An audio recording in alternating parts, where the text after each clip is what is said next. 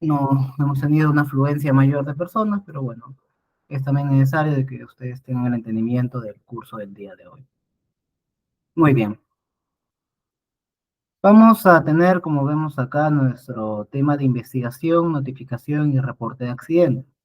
Primeramente, tener como tal la base legal para el desarrollo de la clase del día de hoy, teniendo en cuenta nuestra Constitución Política del Perú, nuestra Ley 26842, nuestra Ley General de Salud, nuestra Ley número 29733, la Ley de Protección de Datos Personales, nuestra Ley de Seguridad y Salud en el Trabajo, nuestra Ley 29783 y su reglamento, el Decreto Supremo 005-2012-TR, el reglamento de la Ley de Seguridad y Salud en el Trabajo.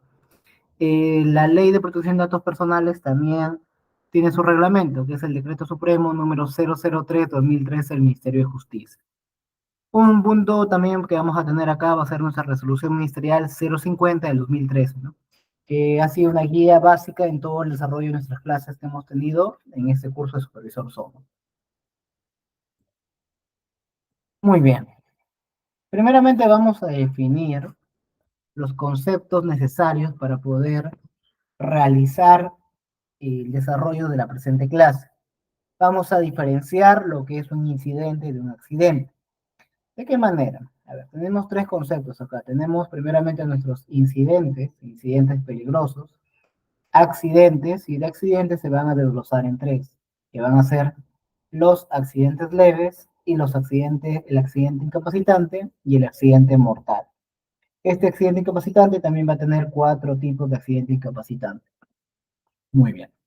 Primeramente vamos a definir qué va a ser el incidente.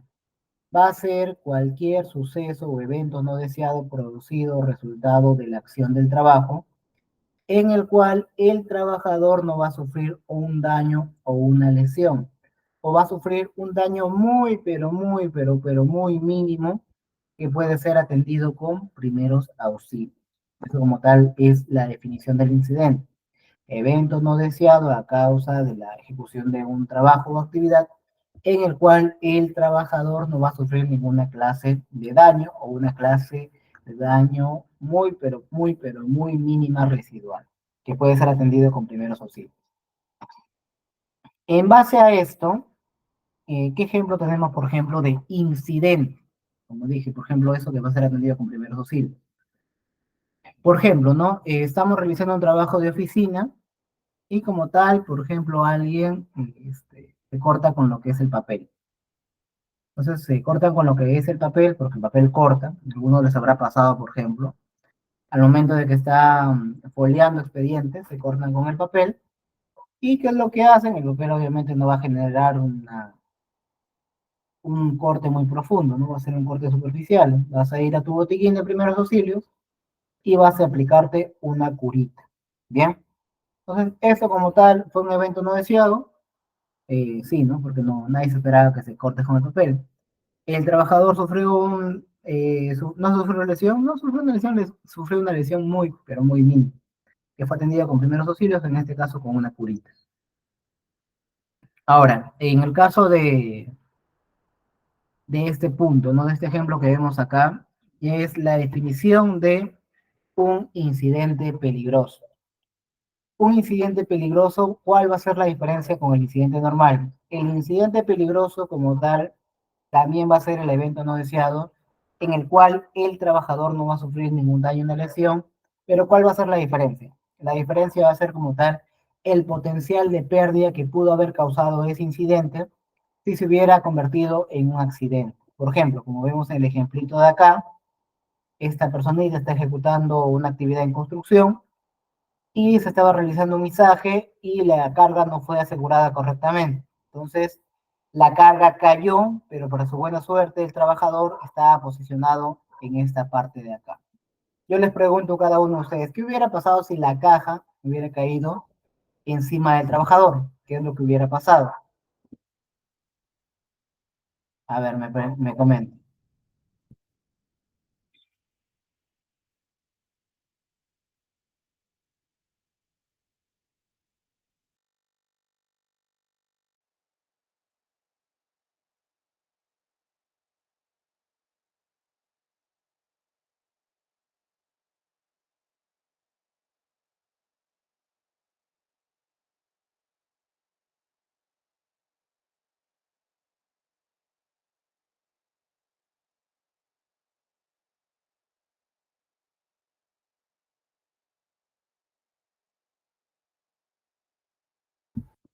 A ver, golpeado sí pudo haber sido, pero más que eso, porque recuerda que es una caja pesada.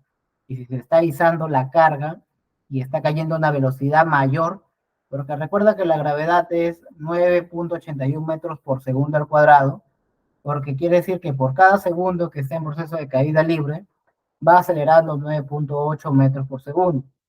O sea que en una caída, por ejemplo, de 10 segundos, la velocidad final de esta carga sería de 98,1 metros por segundo, o sea, va a ir a esa velocidad.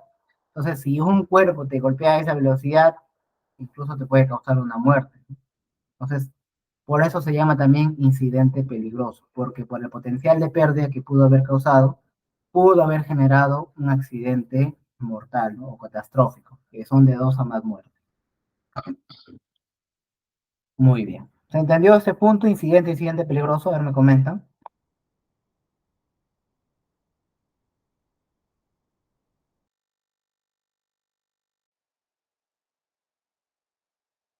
¿Sí? ¿Me comentan?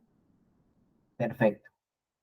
Continuamos. Ahora sí, ya que vimos incidente peligroso, tenemos que ver lo que son los accidentes de trabajo. El accidente de trabajo, como menciona acá la definición, va a ser todo suceso repentino que sobrevenga por causa o ocasión del trabajo y produzca en el trabajador una lesión orgánica, una perturbación funcional, una invalidez o incluso la muerte. Es también accidente de trabajo aquel que se produce durante una ejecución de órdenes del empleador bajo su autoridad y aún fuera del lugar y horas del trabajo. ¿A qué se refiere este punto? Por ejemplo, ¿no? Si yo como tal tenía un horario de 7 a 4 de la tarde, tengo que cumplir mis 8 horas laborales como tal, eso según ley, pero lo que pasa es que el supervisor me menciona que ha llegado una descarga de materiales y tengo que quedarme para realizar la descarga. Y me voy a quedar 2 horas, ¿no? Y eso se me va a tomar como extra. Ya, perfecto. ¿Estoy fuera de mi horario laboral? Sí, ¿no? Pero estoy realizando extras. Y justo en esas 2 horas que estaba realizando mis horas extras, tengo un accidente. ¿Es también considerado un accidente de trabajo a pesar de que estaba fuera de mi jornada laboral? Sí, también se considera accidente de trabajo. ¿Por qué? Porque haya habido una lesión en el trabajador y ha sido producto de la actividad fuera de mi horario de trabajo, pero por órdenes de un superior directo, ¿no? Como vimos acá, en el anterior ejemplo, la caja cayó al lado, pero en este caso ya la caja cayó encima de la persona. ¿Qué ha causado? Ha causado un daño, una invalidez o incluso la muerte. Va a depender de la investigación, ¿no? Entonces ese ya sería un accidente de trabajo. ¿Se entendió este concepto de accidente de trabajo? ¿Alguna duda, consulta?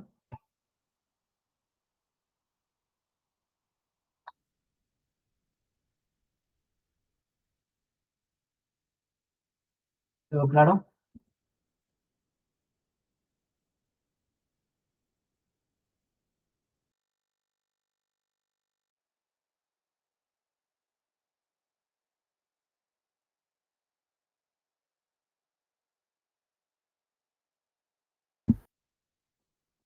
Muy bien, perfecto. Continuamos. El siguiente punto vamos a tener acá, como les había mencionado, los tipos de accidentes que vamos a tener en una organización. En este punto vamos a tener el primero que va a ser el accidente leve. El accidente leve va a ser el suceso cuya lesión resultado de la evaluación médica. Este punto es muy importante. Evaluación médica que genera en el accidentado un descanso breve con retorno máximo al día siguiente a sus labores habituales. Pero recuerda que esto va a ser bajo una evaluación médica. Como vemos en este ejemplo, ¿no? La personita estaba realizando una actividad manual, y para lo cual estaba martillando clavos, ¿no? En esa actividad. Pero justo no calcula bien y en una de esas que está martillando se golpea el dedo, como vemos acá. Lo trasladan a la personita a la clínica más cercana, y ahí también vamos a ver más adelante qué es un SCTR. Y en esta clínica lo atiende un médico especialista, en este caso sería un traumatólogo, ¿no? Porque tiene que ver con los huesos. Entonces la atiende el traumatólogo, le saca una placa y me dice, no, no hay fractura, solamente es una contusión. Le receta como tal las cremas, y bueno, para este caso, el accidente ocurrió prácticamente en la tarde, y por eso el doctor como tal no le extiende un descanso médico. Entonces, al día siguiente, después que ya la recetó y se colocó las cremas, todo para la contusión, etcétera, vuelve al consultorio y el médico lo evalúa y me dice, no, no, ya no pasa nada, no tengo por qué extenderte el descanso médico. Entonces, ¿ha retornado al máximo al día siguiente a sus labores? Sí. ¿Por qué? Porque su lesión no fue grave, no fue un accidente leve. Si hubo una lesión, sí, pero fue una lesión leve que tuvo como retorno máximo al día siguiente a sus labores habituales. A diferencia del accidente incapacitante. El accidente incapacitante va a ser un suceso cuya lesión, resultado de la evaluación médica, da lugar a un descanso o ausencia prolongada, que va a tener como tal un tratamiento, ¿no? Recuerden esto, por ejemplo, ¿no? Ya en esta personita, por ejemplo, como vemos, cayó mal, o sea, presionó la pierna con algo, y en este caso lo han enyesado, lo han vendado, ¿no? En este caso va a requerir un tiempo de recuperación mayor, sí, y por eso como tal se considera accidente incapacitante, porque generó una incapacidad en el trabajador, pero en este caso va a ser por un tiempo determinado, ¿no? En base a eso, vamos a tener 4 tipos de accidentes incapacitantes. Muy bien, ¿se entendió primero estos 2 puntos de accidente leve incapacitante? A ver, me comenta, compañeros.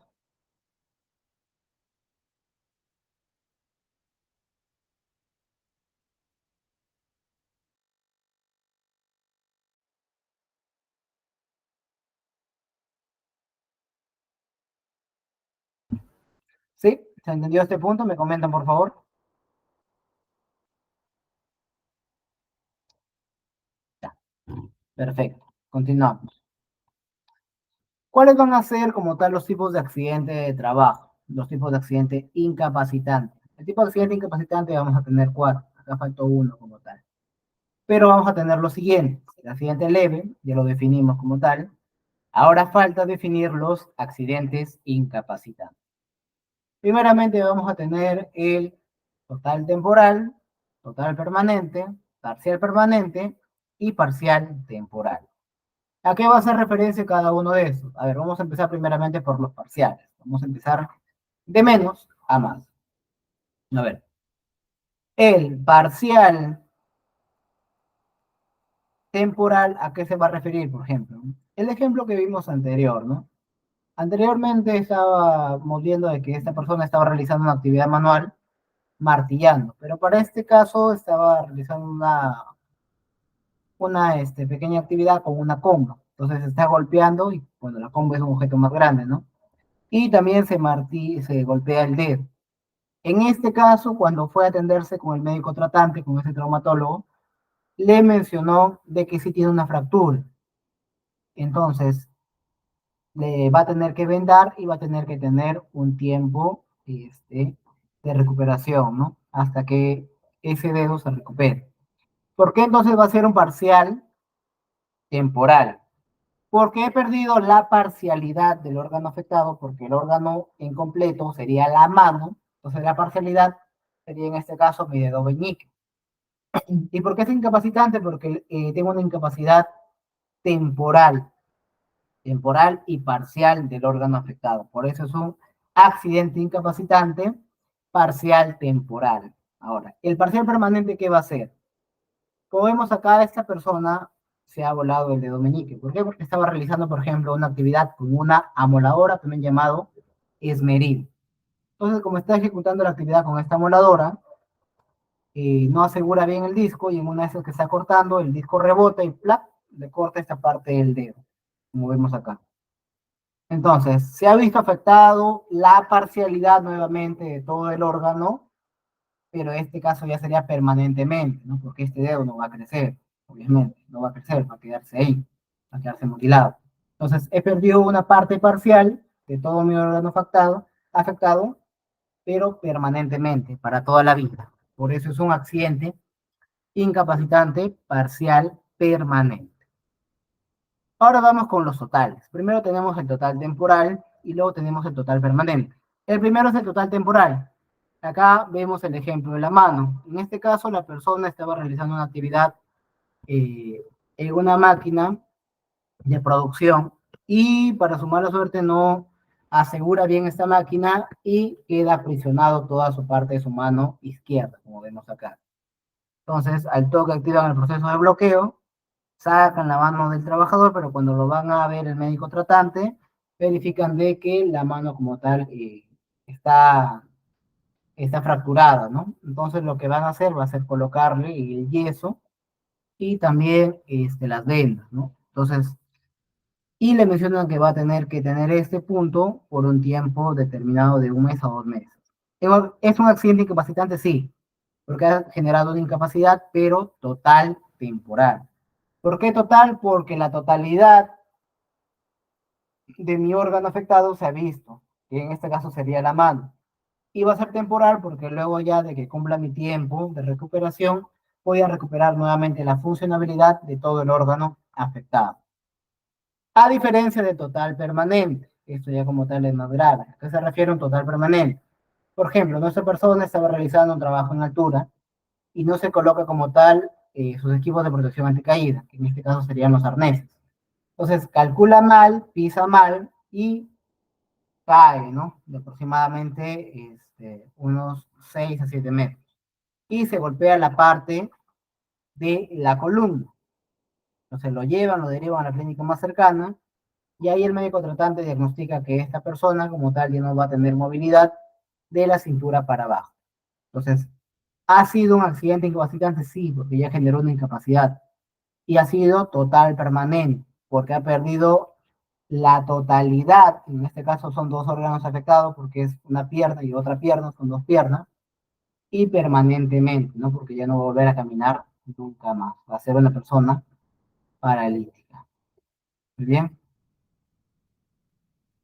Y por último vamos a tener el accidente mortal. El accidente mortal, ¿qué va a ser? Ya cuando hay una muerte. También recuerden que se considera accidente mortal la muerte cerebral. Recuerden esto, que es muy importante. Muy bien, ¿entendieron este punto? Me comentan, por favor.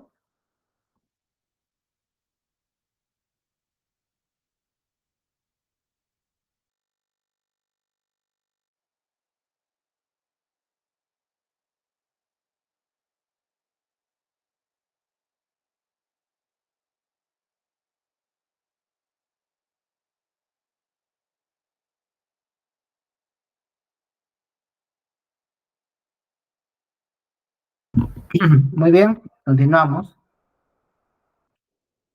Entonces ya definimos cada uno de los tipos de accidente de trabajo que vamos a tener.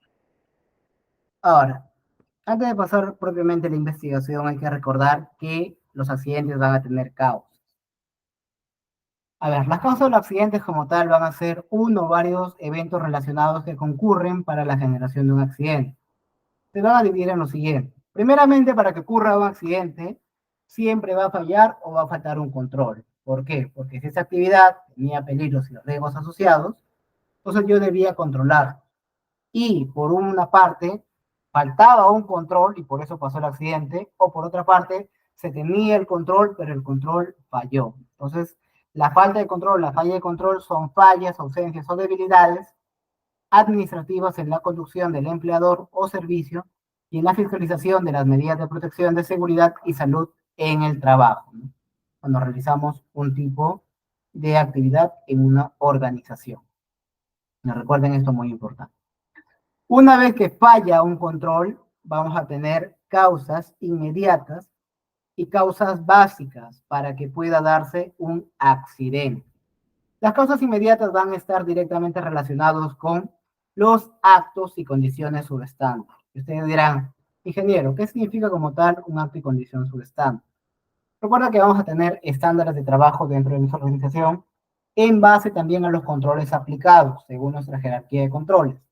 Recordando nuestra capacitación de IPRC, ¿cuántos controles teníamos? Teníamos 5 controles, que eran eliminar, sustituir, control de ingeniería, administrativos y los EPP. Muy bien, entonces las causas inmediatas van a estar divididos en actos y condiciones subestándares.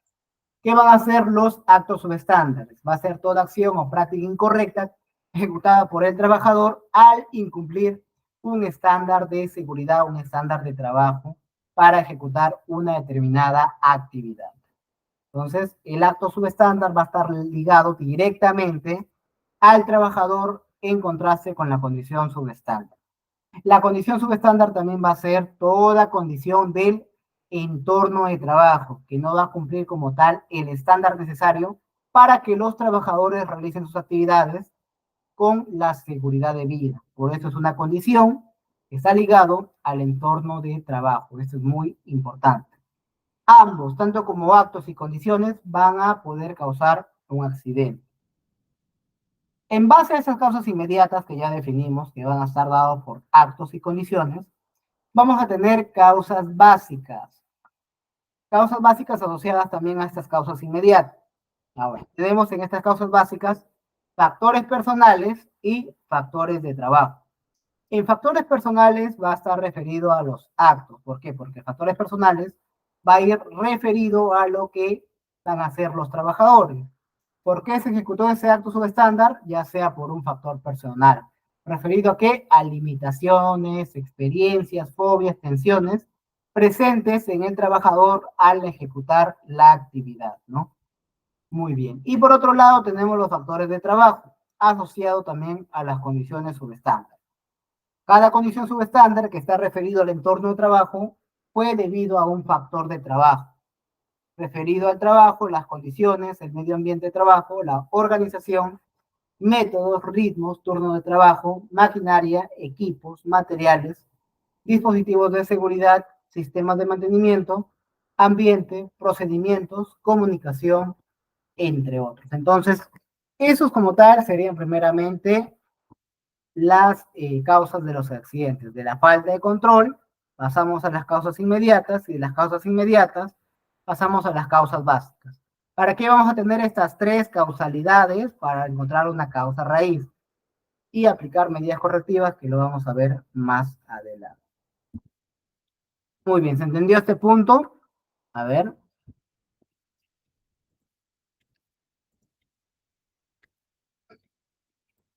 A ver, me comentan.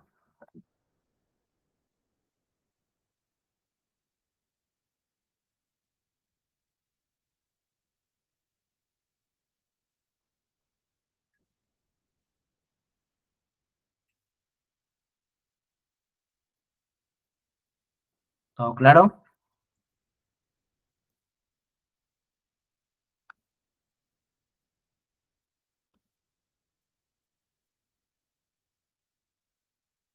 ¿Sí? ¿Todo claro? A ver, me comentan, por favor.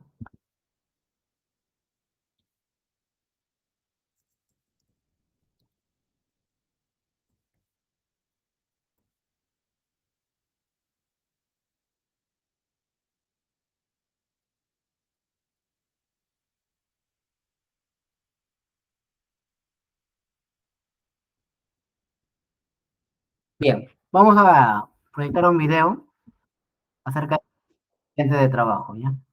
Acá es una serie de videos referidos a unas animaciones de accidentes,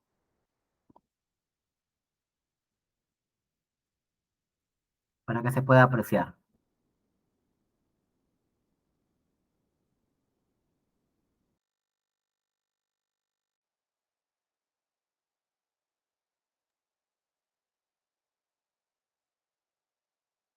¿Sí? ¿Me comentan si se logra ver?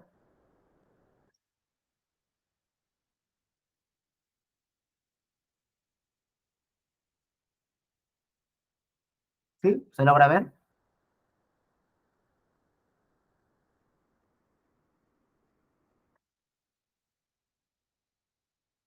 ¿Sí? ¿Se logra ver? ¿Me comentan, por favor?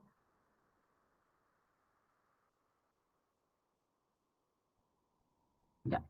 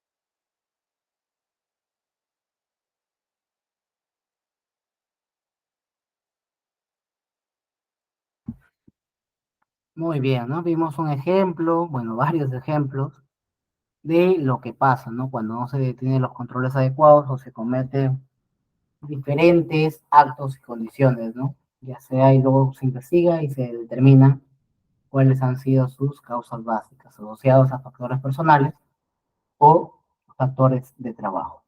Muy bien. Si lograron ver todos los videos, y son algunos un poco fuertes, ¿no? Pero recuerden que un accidente ocurre de un momento a otro, ¿no? Hay que estar siempre alertas en este punto. Muy bien, vamos a hablar acerca de la notificación, muy importante para el desarrollo de estos accidentes. A ver, recuerden que el empleador debe identificar los peligros y evaluar los riesgos para la seguridad y salud de los trabajadores de forma periódica. Esto según nuestro artículo 82 del reglamento. Muy bien. Las medidas de prevención y protección deben aplicarse de conformidad con el artículo 50 de la ley. La identificación se realiza en consulta con los trabajadores, con la organización sindical o el comité o supervisor de seguridad y salud en el trabajo, según sea el caso. Ya vimos cuándo vamos a tener un supervisor y cuándo vamos a tener un comité. La identificación se va a referir a ese punto a la identificación de peligros, evaluación de riesgos y controles, o sea, nuestra matriz y per se que vamos a tener en este punto. Muy bien.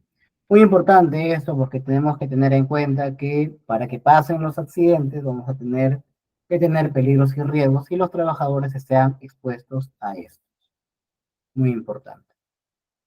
Muy bien. En base a eso vamos a tener la notificación. La notificación se realiza cuando ya ha ocurrido un accidente. Ahora, en este caso, la notificación se va a realizar de acuerdo a lo siguiente. Según el artículo 110, la notificación que refiere el artículo 82 de la Ley de Seguridad y Salud en el Trabajo debe realizarse en los siguientes plazos. En el caso de empleadores y centros médicos asistenciales, ya sean públicos, privados, militares, policiales o de seguridad social. Para el caso de los empleadores, los accidentes de trabajo mortales y los incidentes peligrosos deben ser notificados dentro del plazo máximo de 24 horas de haber ocurrido el evento. Bien, muy importante esto.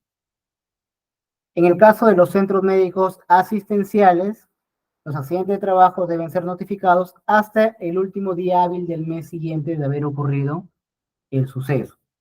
En el caso de las enfermedades ocupacionales, dentro del plazo de los 5 días hábiles de conocido el diagnóstico.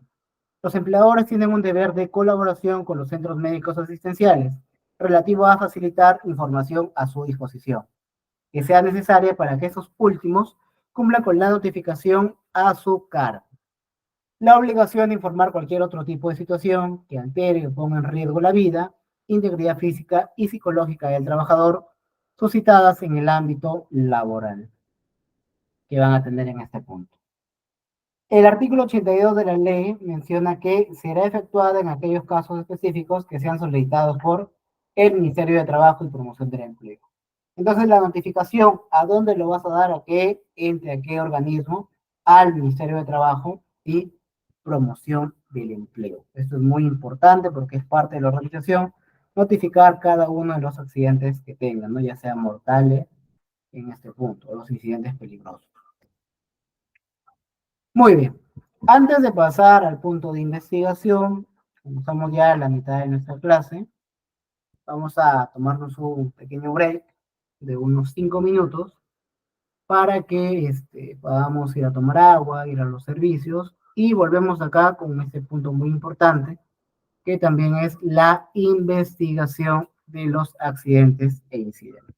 Bien, 5 minutos, acá volvemos a las 20:47 y volvemos con la investigación de accidentes. Muy bien.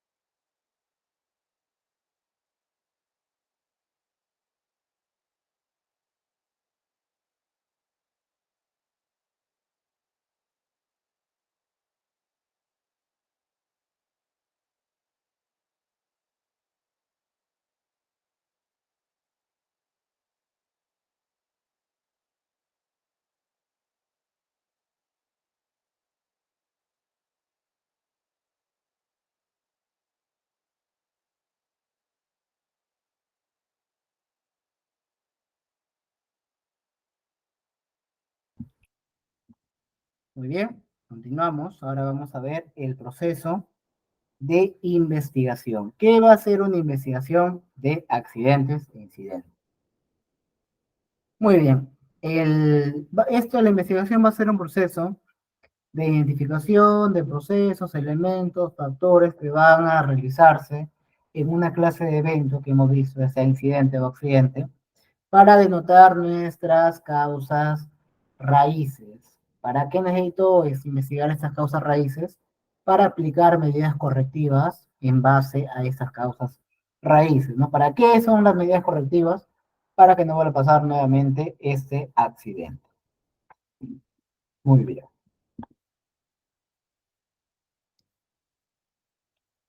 En base a esto, una de las funciones del Comité de Seguridad y Salud en el Trabajo que va a tener a lo largo de sus funciones va a ser, en este caso, el participar en las investigaciones de los accidentes y enfermedades ocupacionales. Y en este caso también participar en la elaboración de medidas correctivas o acciones que permitan mitigar estos accidentes e incidentes y enfermedades ocupacionales que vamos a tener dentro de la organización. Entonces, el comité va a cumplir un rol muy importante porque también cuando se realiza una investigación, ellos van a ser los encargados también directamente de revisar tu investigación y de notar si está conforme, si hay algún punto que es obviado, etcétera.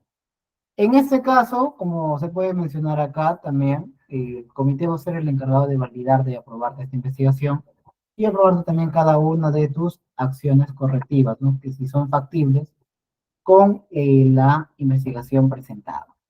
Aparte de otros tipos de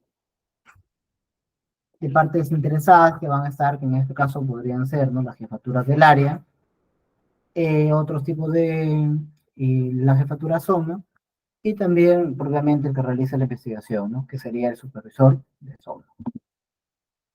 Muy bien, se entendió ese punto acerca de cuál es el objetivo de la investigación como tal y quién valida la investigación.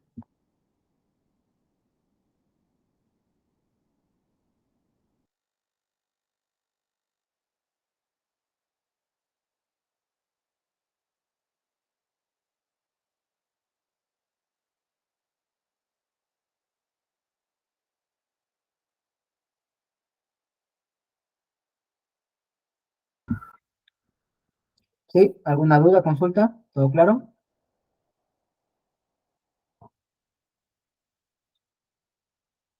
Bien, en base al proceso de investigación vamos a tener lo siguiente. Que la investigación, como voy a repetir, va a estar dado directamente por el empleador, la representación de las organizaciones sindicales que van a estar ligados al comité y los trabajadores. Muy importante este punto. Porque recuerden que las acciones correctivas, ¿a quién lo vas a plantear? Lo vas a plantear a los trabajadores, ¿no? En el desarrollo de sus actividades. Muy bien, para este punto vamos a tener lo siguiente, cómo investigar. Para la investigación de los incidentes y accidentes de trabajo deben tenerse en cuenta lo siguiente. Primeramente, reportar de forma inmediata el suceso, eso está muy claro como tal, todo evento, sea incidente, accidente, debe reportarse de manera inmediata. En este caso, ¿a quién se reporta? Si tú eres un trabajador, lo reportas a tu jefe inmediato, y el jefe inmediato ya le reporta como tal al área SO. Después que se reporta, ya se recopila todas las evidencias posibles del evento, del suceso. Después de que esa recopilación de todas las evidencias, vamos a necesitar contar con una metodología de investigación. Esta metodología de investigación tenemos diferentes. Tenemos, por ejemplo, la tabla SCA, tenemos el método ICANN, tenemos el método Butai, tenemos el árbol de causas, tenemos el método Ishikawa, entre otros. Entonces, esta metodología, ¿dónde lo voy a definir? De preferencia, lo vas a definir en tu información documentada que vas a tener en tu sistema de gestión. ¿Cómo qué? Como un procedimiento. Un procedimiento de investigación de accidentes e incidentes. Luego vas a tener que identificar, en base a utilizar esta metodología, vas a identificar las causas del suceso hasta llegar a las causas raíces, ¿no? Este punto es muy importante. ¿Para qué voy a llegar a la causa raíz? Para denotar acciones correctivas. Como menciona acá, el último paso va a ser establecer e implementar las acciones correctivas del accidente. Muy bien, para recopilar toda la información posible que vamos a tener ahí testimonios, evidencias, también un punto muy importante que me ha ayudado a mí bastante en mis investigaciones ha sido el acceso a las cámaras de seguridad. En las cámaras de seguridad como tal vez in situ, qué es lo que pasó en tiempo real, ¿no? Con el accidente que se tuvo. Muy bien. Teniendo en cuenta estas metodologías, vamos a tener los siguientes ejemplos de metodología, como vamos a ver, ¿no? Acerca de qué hace, cuál es la referencia de esta metodología. Una de las metodologías que vamos a tener van a ser los 5 porqués.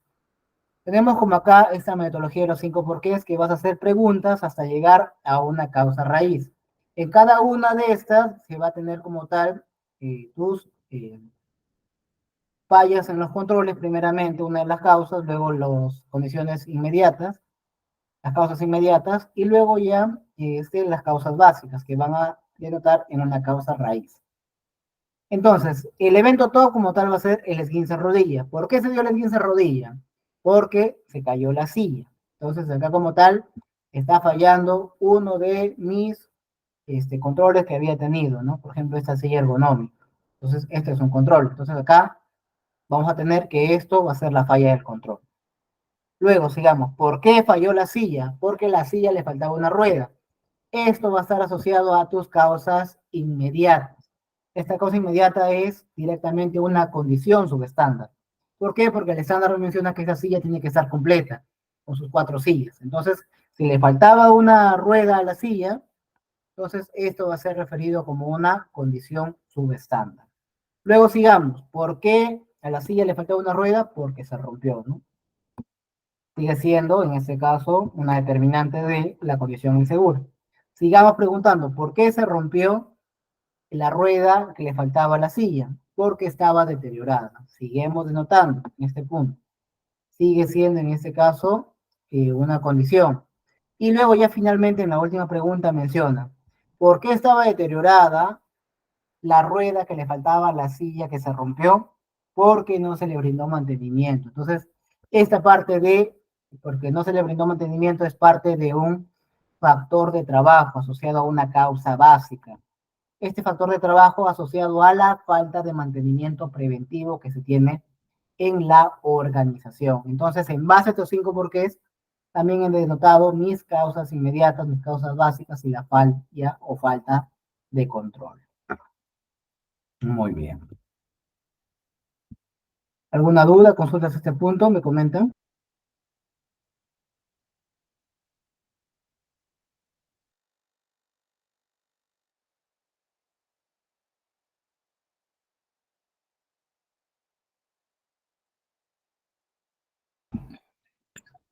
¿Todo claro?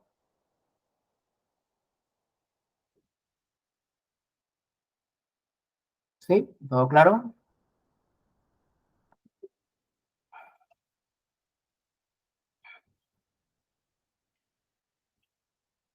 ¿Todo claro? ¿Me comentan, por favor?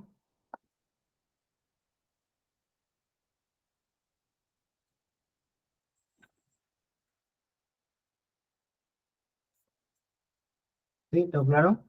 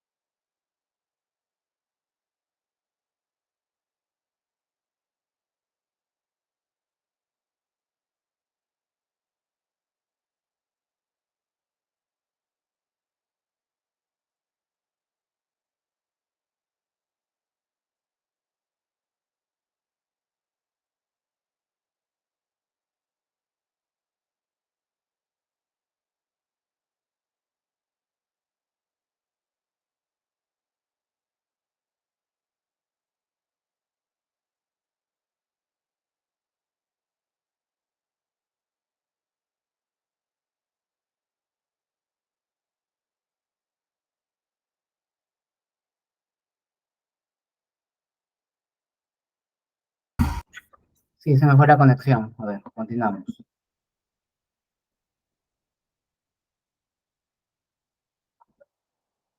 Muy bien, la otra metodología que estábamos teniendo o tenemos en este punto va a ser nuestro árbol de causas y efectos. Teniendo en cuenta esto, ¿a qué se va a referir este árbol de causas y efectos? Que por un lado vamos a tener las causas y por otro lado vamos a tener los efectos. Por ejemplo, acá vamos a tener que este árbol de causas es por un accidente, por volcamiento de un andamio como consecuencia de la operación de un elemento de izaje para cargas. Entonces, ¿cuál ha sido mi pérdida? O sea, ¿cuál ha sido mi efecto? O sea, todo va a partir de en medio. En medio va a estar mi incidente, que va a ser el volcamiento de andamio como consecuencia de la operación de un elemento para izaje. En base a este término medio, vamos a tener por la parte de arriba los efectos y por la parte de abajo vamos a tener las causas. Pero para tener eso necesitamos una breve descripción de lo ocurrido. El día 20 de marzo del 2013, trabajadores de una empresa contratista se encontraban reforzando la rejilla del pasillo central del segundo nivel de la nueva planta UFRO, como parte de la construcción, montaje y puesta en marcha de las obras requeridas para la implementación del sistema de agua del proyecto Plan Maestro de Servicios. En base a eso, hemos tenido las siguientes pérdidas, que ha sido el golpe del trabajador por caída de material. Esa ha sido como tal mi consecuencia del evento, ¿no? Del incidente. En base a este efecto también vamos a tener que investigar las propias causas. Ahora, mis causas como tal se van a dividir en causas inmediatas y mis causas básicas. Entre las causas inmediatas asociadas a actos y condiciones subestándares, vamos a tener las siguientes. El exceso de confianza, que está ligado a un acto subestándar de propiamente del trabajador, luego de que no se identificaron todos los riesgos existentes asociados a una condición subestándar, propiamente también del empleador, es una condición del entorno de trabajo, y también la falta de una línea guía para los ascensos de los aparejos.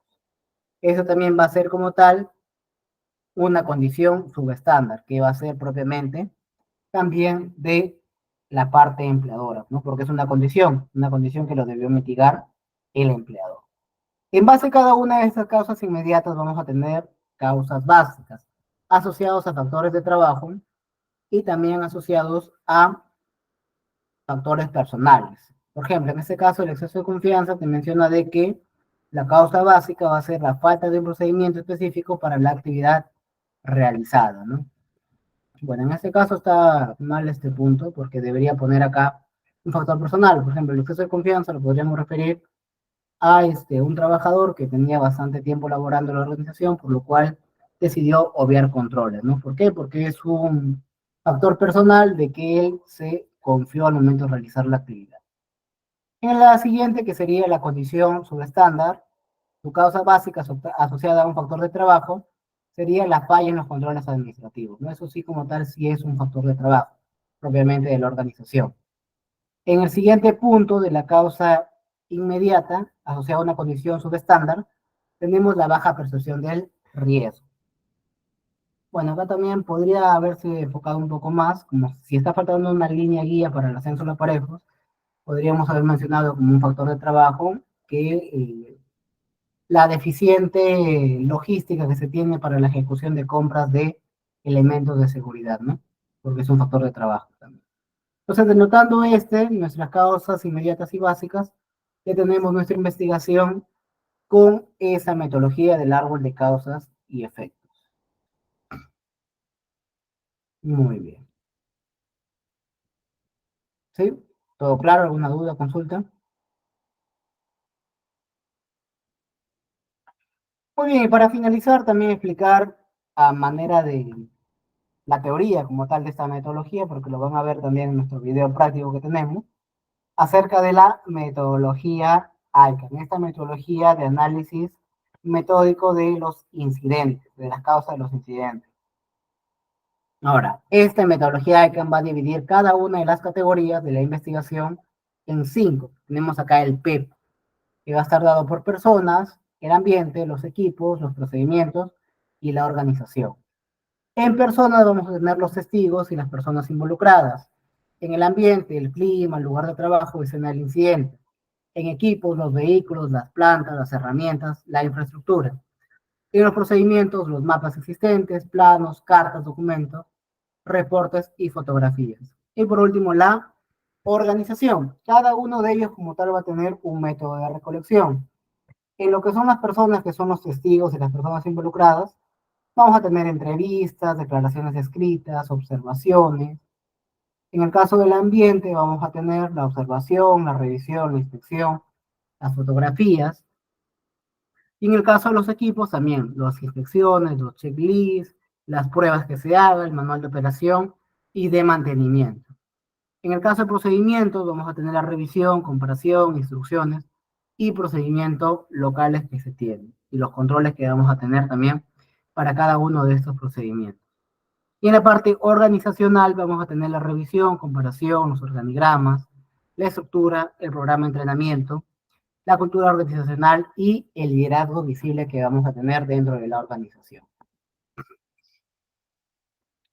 Muy bien. Ahora, la metodología ICANN como tal te va a dar también una línea de tiempo, seguido según tu secuencia de eventos que vas a tener por día, tiempo y la descripción de esta acción. ¿Para qué? Para tener una línea de tiempo y plantearme también otras metodologías dentro de esta metodología, que serían los 5 porqués, ¿no?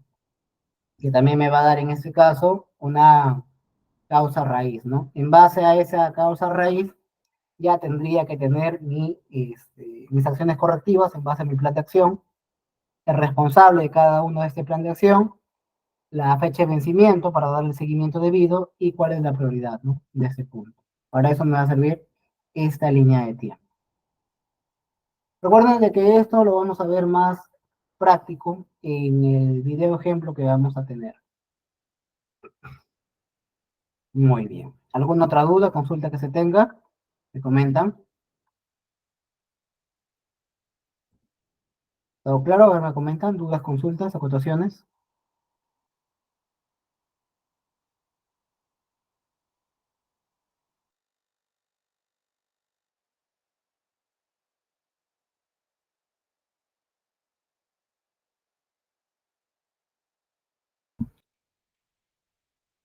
¿Sí? ¿Todo claro? ¿Alguna duda, consulta?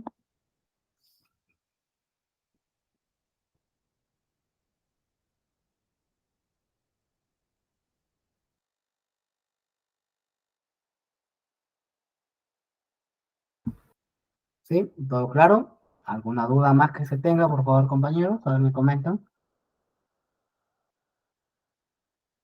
Bueno, somos pocos en la sala,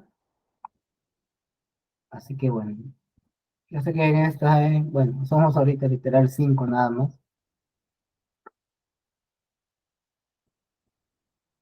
Les recomiendo como tal ver el video doy como tal un ejemplo práctico para el desarrollo de esta metodología AICA. Bien, entonces si no hay ninguna otra duda, consulta, hemos sido pocos nada más en sala, por eso se ha podido realizar la capacitación de una manera digamos, más explicativa y directamente más concisa. Y entonces por eso como tal, no sé, si no hay ninguna duda, consulta que se tenga al final, vamos a ya clausurar como tal el curso del día de hoy hasta acá, agradeciendo nuevamente su participación y nos estaríamos viendo en un nuevo grupo.